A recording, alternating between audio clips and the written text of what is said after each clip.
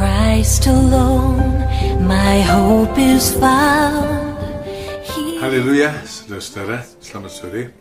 Hari ini saya ingin berbicara tentang bagaimana kita berinteraksi antar sesama kita, ya, antar sesama orang Kristen, antar sesama manusia.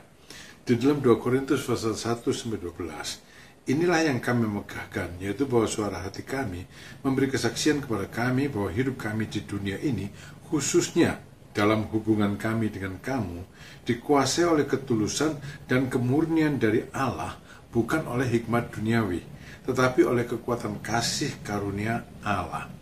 Begini saudara, di gereja yang mula-mula dulu, pada waktu kekristenan ini mulai muncul, mulai timbul, mereka belum punya banyak pedoman untuk hidup sehari-hari. Dan di dalam gereja pun terjadi ketegangan-ketegangan yang serupa dengan yang terjadi di luar gereja. Di gereja Korintus pun terjadi banyak ketegangan, melampaui gereja-gereja lain, ya. Banyak sekali ketegangan antar anggota jemaat, mereka berselisih, mereka bertengkar, mereka hidup semaunya sendiri, dan Rasul Paulus banyak menegur, menasihati jemaat di Korintus ini dalam surat 1 Korintus. Tapi kemudian ada akibatnya, jemaat di Korintus ini yang tidak bisa menerima nasihat dari Rasul Paulus, mereka malah kemudian menaruh syakwa sangka terhadap Rasul Paulus, dan mereka kemudian punya hubungan yang tegang juga dengan Rasul Paulus. Mereka menuduh Rasul Paulus begini, Rasul Paulus begitu, dan sebagainya. Kedengarannya mirip gereja sekarang, ya.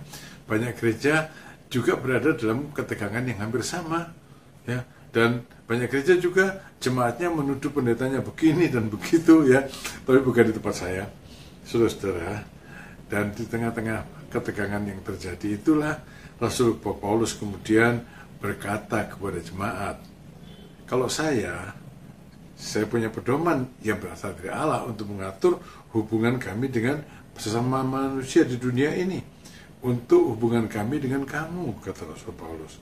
Bagaimana? Nah, Paulus menjelaskan bahwa yang dia lakukan, cara dia bergaul adalah pertama, didasari dengan ketulusan dan kemurnian. Jadi, hubungan yang dibina tidak mengandung maksud yang tersembunyi. Tidak ada udang di balik batu. Ada banyak orang, saudara, berbuat baik-baik gitu ya bangga seseorang karena ada udang di balik batu. Tapi begitu tujuannya tidak tercapai, menjauh dan kemudian membenci. Saudara, itu tidak tulus dan tidak murni. Rasul Paulus bilang nggak boleh. Hubungan kita dengan sesama manusia harusnya dilandasi dengan ketulusan dan kemurnian. Apa adanya, bersumber dari hati yang sudah ditebus, bersumber dari hati yang sudah dikuduskan oleh Tuhan. Tidak ada udang di balik batu. Lalu Rasul Paulus juga melanjutkan, tidak mengikuti cara dunia, tidak mengikuti hikmat dunia. Ya, hikmat dunia ini apa sih? Sebenarnya cara-cara dunia, saudara. Ya, tadi saya katakan banyak yang berhubungan baik dengan ada udang di balik batu dan sebagainya. Di dunia ada banyak orang tulus dan jujur, ya, murni dalam membina hubungan. Tapi ada banyak juga yang tidak demikian. Dan sayangnya di jemaat juga bersama. Ada yang tulus dan jujur, murni hatinya, tapi ada juga yang tidak tulus dan jujur. Dan Rasul Paulus berkata, itu namanya dikuasai oleh hikmat dunia. Yang dikatakan hikmat duniawi ini adalah di dalam Yakobus pasal 3:16, ada iri hati, ada mementingkan diri sendiri, ada kekacauan, dan segala macam perbuatan jahat, pengkhianatan dan sebagainya. Saudara-saudara, ini tidak seharusnya terjadi di gereja, ya. Kalau di dunia orang berkumpul, kalau yang murni dan tulus hatinya malah mungkin dijauhi, ya. Mungkin di gereja juga terjadi hal yang serupa, ya. Kalau jemaat itu tidak tulus dan murni hatinya, menaruh prasangka, lalu ada iri hati, jor-joran, ada kecemburuan, ya, ada kebencian, ada udang di balik batu. Saudara, ini tidak boleh terjadi, Ya, kita harus membina hubungan, belajar membina hubungan dengan tulus dan murni di dalam kekuatan kasih Allah. Inilah yang mengikat persaudaraan kita, orang percaya. Mengikat persaudaraan kita dengan orang-orang di luar Tuhan. Tuhan Yesus kan memerintahkannya gini, aku memberikan perintah baru kepadamu, yaitu supaya kamu saling mengasihi sama seperti aku telah mengasihi kamu. Demikian pula kamu harus saling mengasihi. Dengan demikian semua orang akan tahu bahwa kamu adalah murid-muridku, yaitu jikalau kamu saling mengasihi. Kita dikenal oleh dunia, oleh orang-orang yang tidak mengenal Tuhan. Melalui apa? Kasih di antara kita. Mari saudara, kita belajar mempraktekkan keempat prinsip itu. Saya, saudara, sama-sama belajar mempraktekkan keempat prinsip dalam membina hubungan antara manusia. Tulus, murni, ya, tidak berdasarkan hikmat dunia, tapi berdasarkan kekuatan kasih Allah. Kalau ini dibina, maka prasangka tidak terjadi.